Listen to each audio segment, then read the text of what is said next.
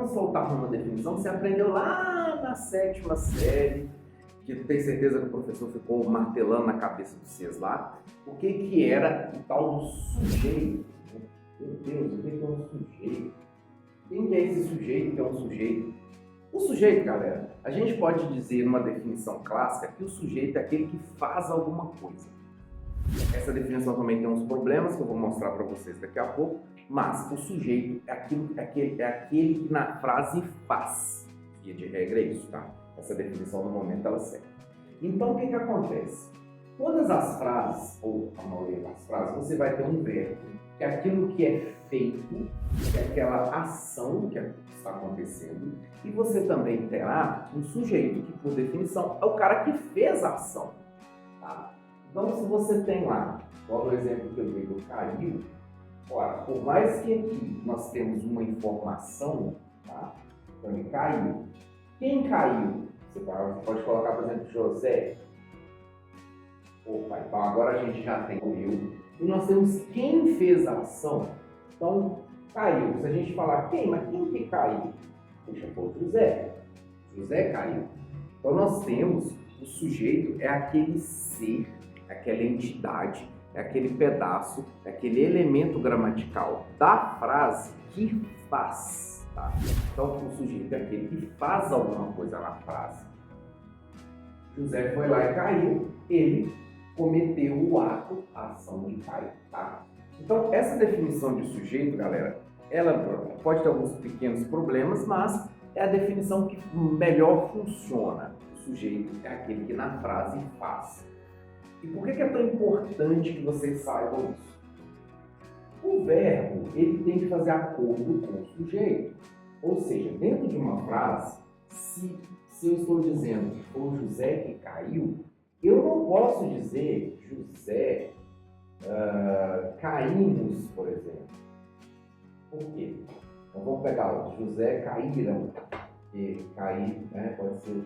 Ó, José caíram, porque caímos pode ser que a gente inclui o José, né? Então, ó, José caíram. Não pode.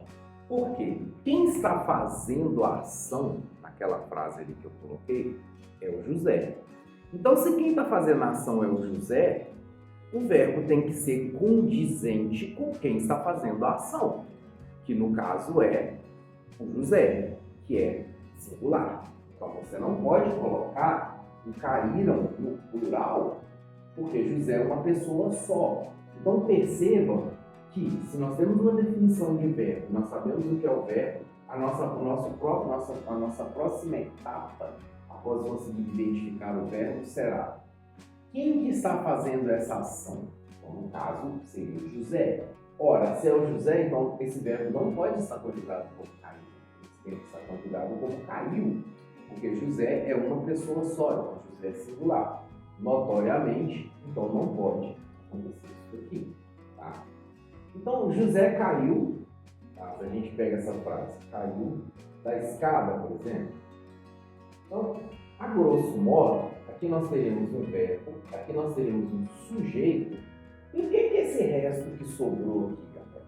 Então, para a gente ter uma definição muito básica, uma linha mestra muito básica de interpretação, se nós temos um verbo que é uma ação, nós temos o José, que é o cara que fez, nós notoriamente poderemos saber o que foi feito. Né? Então, se esse aqui é um quem, esse aqui é o que. José caiu. Como assim o que? Seria um complemento disso daqui. Essa parte fora a gente chama de objeto. Então, o que seria o objeto? É aquilo pelo qual a gente declarou o que o sujeito fez no verbo. Então, o objeto, às vezes, ele é até, vamos dizer assim, dependendo da natureza do verbo, o objeto ele é desnecessário. Você coloca, José caiu, nesse caso aqui mesmo, o objeto não é necessário. Ele não quer, essa frase não precisa de complemento. Você fala que o José caiu, ela é perfeitamente compreensível. Então, se o José caiu, você não precisava dizer mais nada. Mas se você quiser, você pode dizer, através de um complemento, que o José caiu da escada, por exemplo. Ou você pode dizer, José caiu ontem. Também seria um tipo de complemento, tá? Então pensem que, Os três elementos básicos, tá, que nós vamos trabalhar nas frases aqui de início, são esses três elementos clássicos: o sujeito, tá, o verbo e o objeto. Esses são os três elementos basilares, os três elementos clássicos das frases. Grande parte dos problemas de interpretação decorre do fato de que muitas vezes o sujeito que está interpretando, que está lendo, ele não consegue localizar o sujeito. A gente já teve cenas ridículas protagonizadas por autoridades que não são capazes de identificar um sujeito na frase, portanto são analfabetas. Se o sujeito não identifica o sujeito, se a pessoa não identifica o sujeito, ela obviamente vai ler errado. E se ela não identifica o sujeito e não identifica o objeto, é pior ainda. Então ela vai ler de forma mais equivocada ainda aquilo que o texto está dizendo. Às vezes ela vai ler até aquilo que o texto não disse. Tá? É claro que o inverso também acontece. Às vezes o problema da leitura não é exatamente quem está lendo. Então, às vezes você tem até uma capacidade de interpretação boa, só que o texto pode ser que ele esteja mal escrito, ou pode ser que de maneira intencional, isso acontece muito na mídia, por exemplo, eles colocam textos no qual o sujeito é muito esquisito, ou o sujeito não existe, ou o sujeito é oculto, sendo que o sujeito já sabia quem era, para esconder quem foi o responsável por alguma coisa, etc.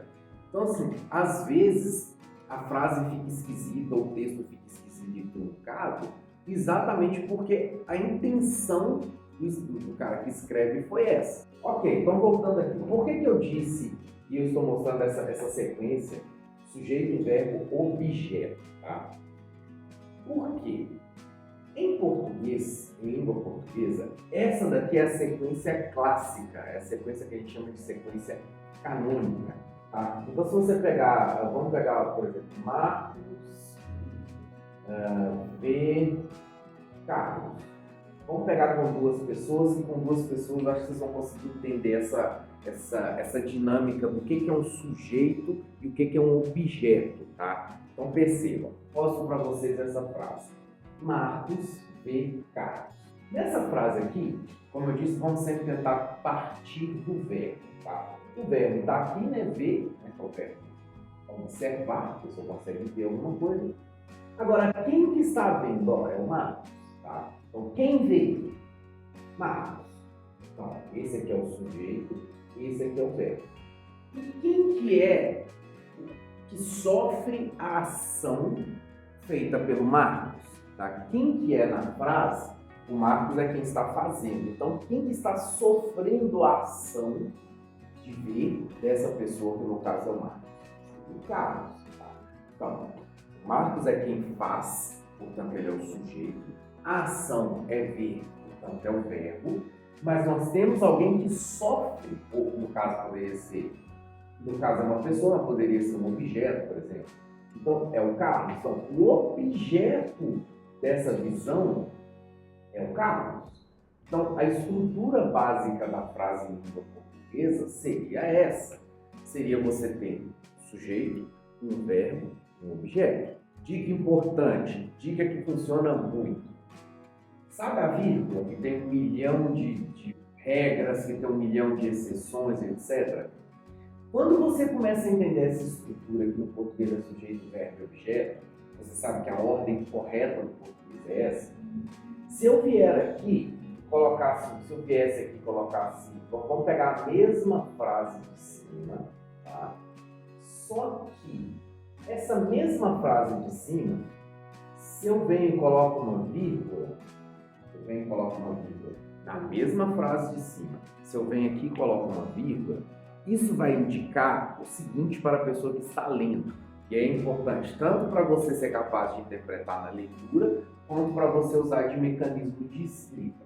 Se eu coloco uma vírgula aqui, ó, Marcos vê Carlos, essa vírgula está indicando para o leitor que essa ordem normal, canônica, comum da língua portuguesa, de sujeito, verbo e objeto, essa ordem ela foi quebrada. Então a vírgula, por mais que a gente pense assim, muita gente pensa da seguinte forma: vírgula é onde tem pausa. Não. Onde tem uma vírgula, você vai fazer uma pausa na leitura. Então você está lendo, ó, Marcos, você faz uma pausa. E Carlos. Só que nem sempre na frase, a gente vai ler textos grandes, nem sempre numa frase, onde você para respirar, você vai colocar uma vírgula.